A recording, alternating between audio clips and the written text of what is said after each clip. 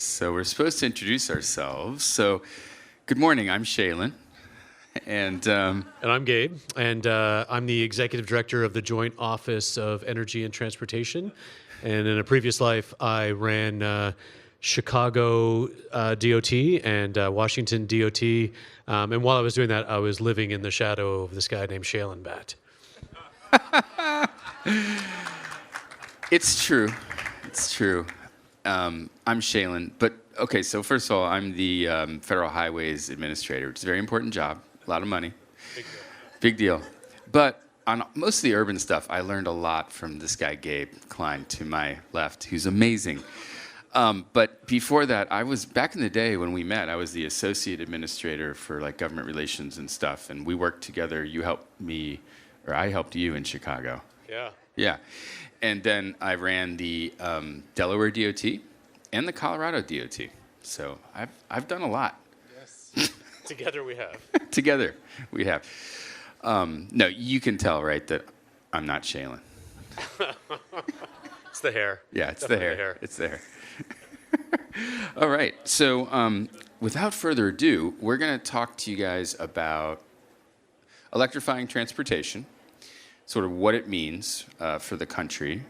But we're going to go broader, too, to innovation writ large and really focusing on the outcomes. Like, Shailen is rightly and it's very important to focus on safety.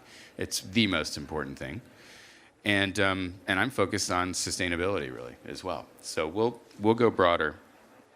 Let's see. So let's start out with us working together. So we've been working tightly on electrification, you and I and our teams. And just so you guys understand, actually, how many people know what the Joint Office of Energy and Transportation is? Raise your hand. Okay, that's more than I expected. Excellent. So we are the first joint office in the federal government in its history, spanning multiple agencies. We formulate policy with Shailen and Andrew Rogers and his team, as well as the OST team at DOT, and we also work with the White House. So it's really about breaking down silos and making things happen on behalf of the American people. And so I guess what I would ask you is, what do you see as like the end point when you think about electrifying the United States? What's the outcome that we're shooting for? Yeah, so when I was the Secretary of Transportation in Delaware in 2011, I ended up, we put a charging station at the I-95 rest stop because at the time we had this partnership with other states, and we were like, hey, maybe there's a Chevy Volt within 100 miles that might stop here.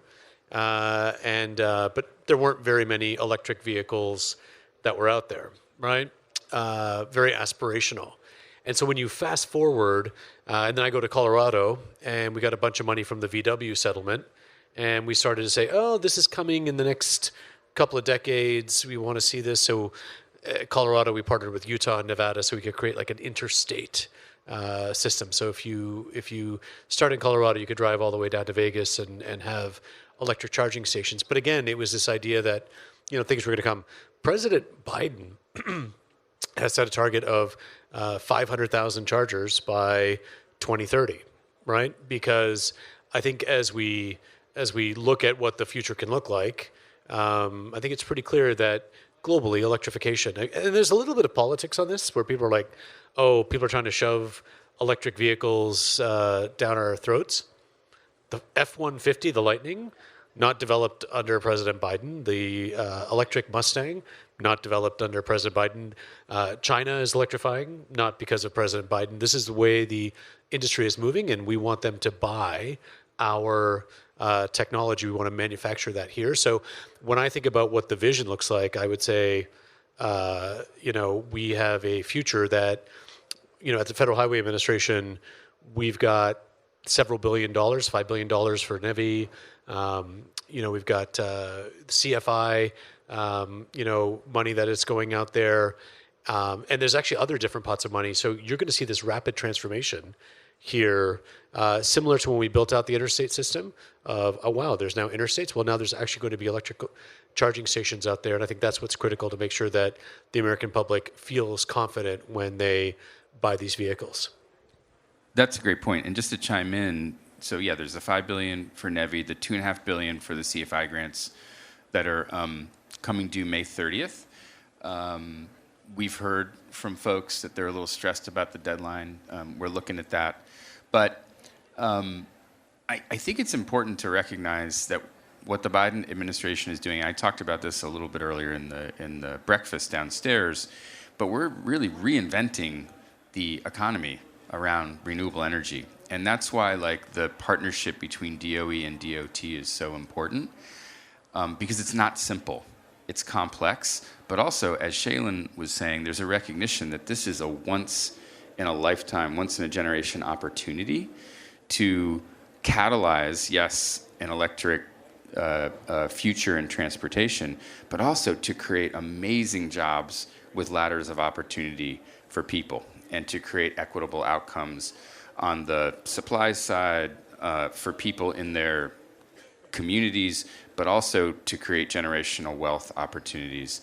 And you know, somebody can come out of school at 18 years old and go out and maintain an EV charging station. Then they can go get EVITP certified, and they can be actually working on the componentry. They can get IBEW certified, right? And then they can be building the charging stations in the plant. And then with the CHIPS Act, which is a whole nother ball of wax, there's tens of billions of dollars going into manufacturing the actual chips that power this future, and they can be working in those factories. So this is also about creating great American jobs, right? So catalyze the electric future. I see what you did there. Appreciate that. It's like an educated dad joke. That's correct. We usually just do bad ones, like we're charged up or stuff like that. I'm going to have to up my game here. Notice I wore a suit today. It's almost like I don't even know who you are. I know. I know. I did forget a belt. I had to borrow a belt from Jordan out there. So thank you for loaning me a belt. That's really intimate. And, By the way, Jordan is a 34-inch waist. Yeah, I was saying. That's the difference between us.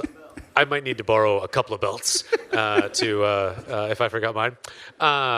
So, on that piece, and again, one of the great parts about my career, particularly on the private side, has been like getting to go around the world and see who's doing what and who's kind of doing this transportation, great ideas that are out there, and who's doing it well. But I think, in the U.S., we sometimes, we're quite divided these days, right? Like our transportation system, I don't know if you've heard this or not, but our transportation system is one of the few things that actually still bind us together. And I want to drive this home because I live in a state, Michigan, where the governor ran on a fix the damn roads platform and won election, then won re-election. But at the same time, she's also touting all the investments that the automakers are making, both in manufacturing plants and in battery plants, right? Well, then I go down to Alabama. So Michigan, pretty blue. Had a little bit of a blip a couple years ago, but generally been part of that blue wall. I went down to Alabama and met with Governor Ivey. Also ran on a fix the infrastructure in Alabama. You know what she was talking about? She was talking about all of the automotive manufacturing that's going on in Alabama and how those automotive plants are retooling and switching over to become electric car manufacturing plants. And then I went to Kansas, another female governor, talking about the importance of investing. And we went and we toured a project, and then she took us out to DeSoto, where Panasonic's building a battery plant. And so there was this great article in the Wall Street Journal a few weeks ago that talked about the renaissance of American manufacturing. And so, I would just say, like, globally, there's always going to be a competition for jobs, innovation, and what I feel like we have now in the U.S. is, regardless of if you're in a red state or a blue state, this common goal of we want to attract these jobs. And I think the investments that you were talking about are really helping America compete in that 21st century. Yeah. And what better way to break down political divide than to give people meaningful work? And I think that's something that the president talks about a lot, not necessarily in those terms, but about sort of bringing that pride back to people right here in the U.S. and doing it in an equitable way where everybody has an opportunity. But you said something else that's really important that I wasn't thinking about talking about, but the public-private aspect. You and I have both worked in the private sector. How many people here are from government? Raise your hand. And private? Raise your hand. Okay, so it's about maybe 55-45 private, public. That's awesome. I mean, that's a lot of what I love about CoMotion and why this event is important, because it brings people together to have conversations like this. There's also social time, and there's companies here that you can learn from, and it sort of breaks down those barriers. And I think that's something we're trying to do at the federal level too, and particularly our office, because like DOE is very entrepreneurial, right? Like they fund all kinds of private sector ideas. Jigger Shah over at LPO, like there's some really amazing people doing that. And then Federal Highways has like this deep expertise in transportation and a lot of funding as well, but it's a little more formulaic, right? And so, no offense or anything, but wait, I feel like you're like criticizing my music. Like, you're so formulaic, right? Like, but well, I just want to say that we also are very open at the Joint Office to talking with private sector companies, and we do technical assistance for all 50 states and Puerto Rico and DC, but also now for cities and MPOs and for school districts and transit agencies. So there's like $18 billion that we're supporting. But the private sector is the other half. Like even in your corridor grants in the CFI, it requires a private sector partner to implement. It requires a 20% match to be supported by the private sector, right? yeah, so I think this is an interesting point that you raise, and I'm always struck by, having worked in the public and on the private side, right? Like there's always this course of like the other side has the answer, right? Like we should rely on the public sector for everything, or we should rely on the private sector for everything. And the very best solutions when you look out there are where you balance those approaches, right? And so when I went to Colorado, we actually stood up this program called RoadX, and we said, we want the best technology. And I see Diana's here. So Hyperloop was a thing at that time, and we were like, we're going to go compete in that. And we were talking. We did what I call the world's first commercial autonomous vehicle delivery.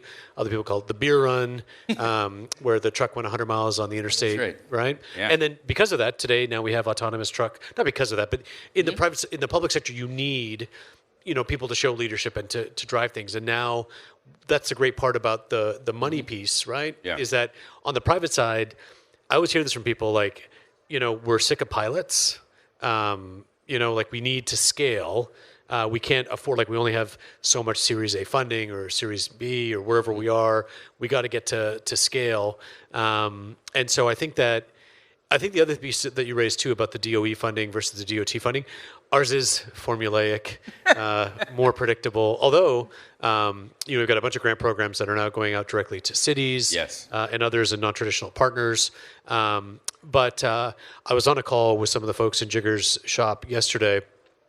So we're talking about green cement, right? This is a huge area for opportunity for decarbonization. And they have $400 billion. So we've got $2 billion.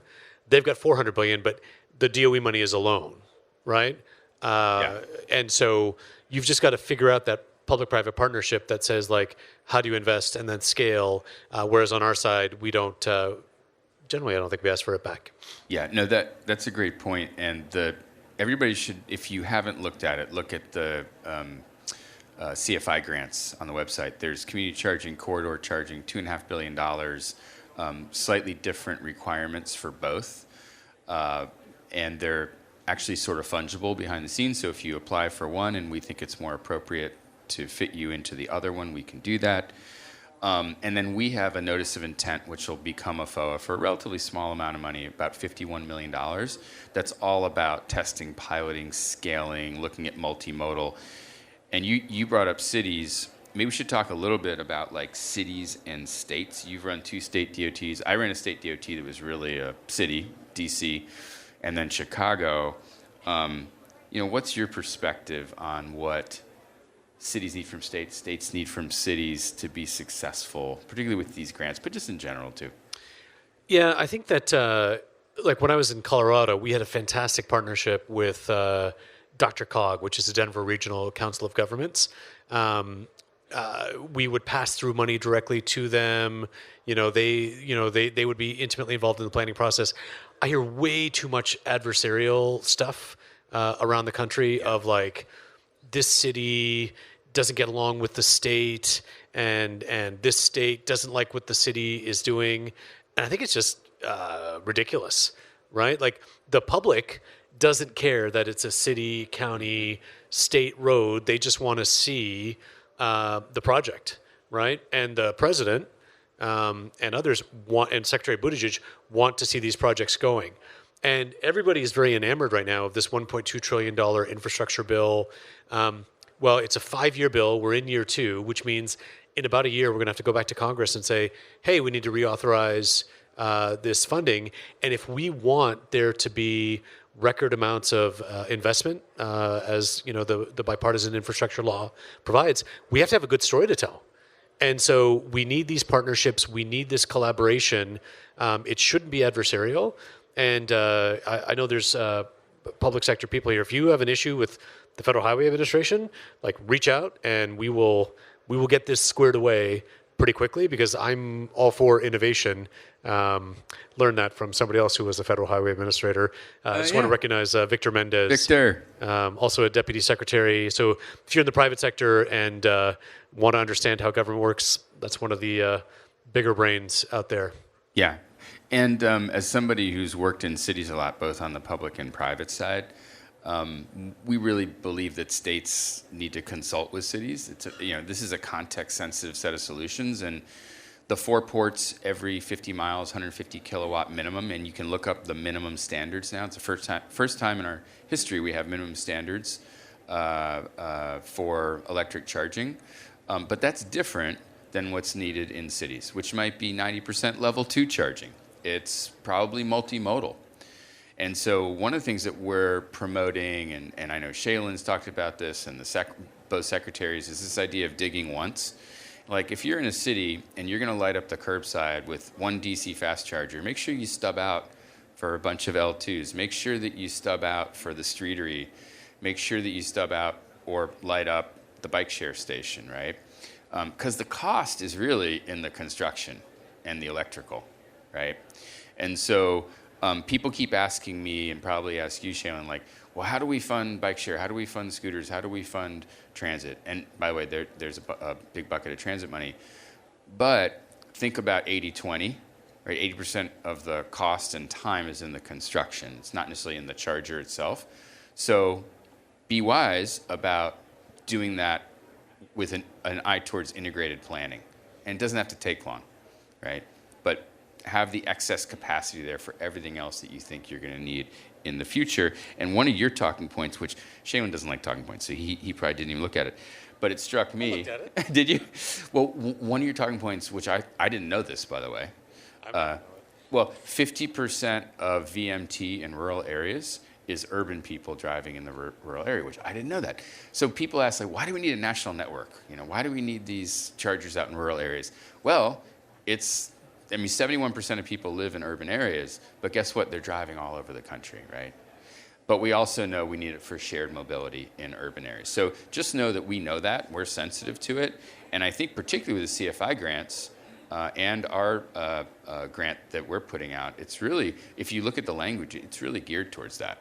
Yeah, I think, I talked earlier about, like, places that are doing it well, and you talked about cities. Like, I think that we need to protect our cities. So John was talking earlier about riding transit in LA and Southern California.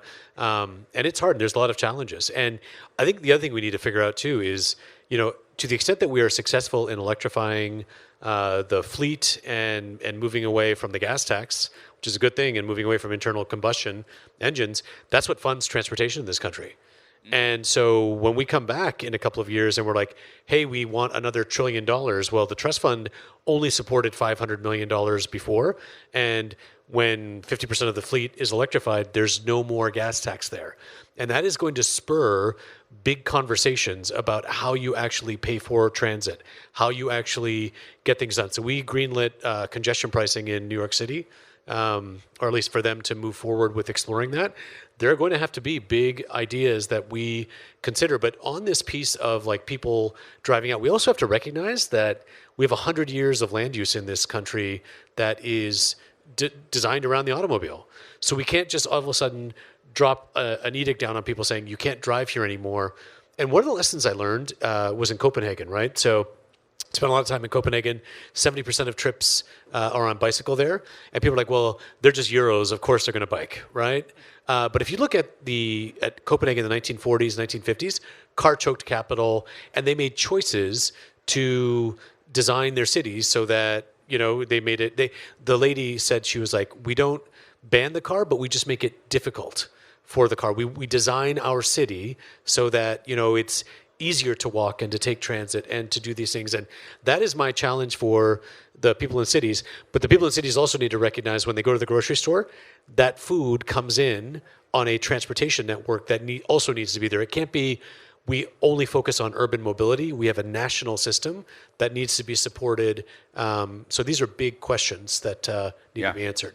Well, and it's, when you think about it, and I would talk about this in my last role, but it's about change. It's about managing change. And I think we're talking about carrots and sticks, right? And like, you need to provide both. I think Americans respond much better to carrots first, and then maybe a little stick after. But you look like Norway is phasing out fossil fuel powered vehicles in 2025. That's like 2 years. 80% of their sales are electric. And people keep saying, like, when's that tipping point going to happen? Well, California is phasing them out in 2035. So I think we're going to see like the fossil fuel powered vehicle really become sort of the Betamax, right? I mean, people are going to just make different decisions based on the market.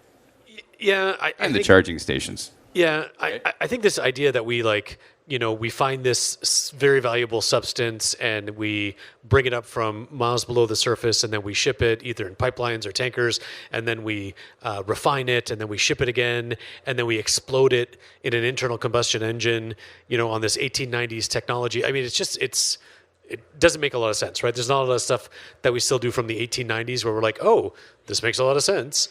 So we should move that. You talked about carrots and sticks. I think Americans respond to crisis pretty well, or that's what's the thing that makes us go. And the last thing I'll just say here, because I know we're at time, but we're at climate change is a big problem. I was over in Bonita Springs speaking at an event. That coast of Florida was devastated. You get flooding in Miami now. You don't even need a big event. Nor'easters are flooding. California's been biblical with like snow and flooding. The and Southwest everything. is running out of water. Southwest is running out of water. Tornadoes, fires. Like, we need to make sure that our system is resilient. So I've just put a plug in for our Protect grants. There's formula and discretionary grants, $1.4 billion for communities that want to do climate change planning and infrastructure. So hit us up on that if you have questions. That money's out there. Yeah, and then I would just add on to that one of the things that this administration I think has been so great at is this idea of braiding funding. So yeah, there's a lot of money out there, and I think the administration encourages you to mix and match different pots to accomplish what you want. For instance, building multimodal charging in cities. It's overwhelming. There's a lot there. I actually just learned about the Protect program this morning in my email because there's so much going on. But at the Joint Office, we really are the front door to the federal government for all things electrification. If you don't know where to go, don't have an answer, have a question, go to our website, driveelectric.gov.